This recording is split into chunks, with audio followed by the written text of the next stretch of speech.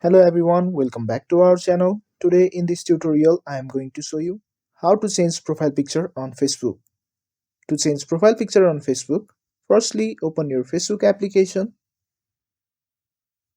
After that, tap on your profile, which is at the top left corner of your screen.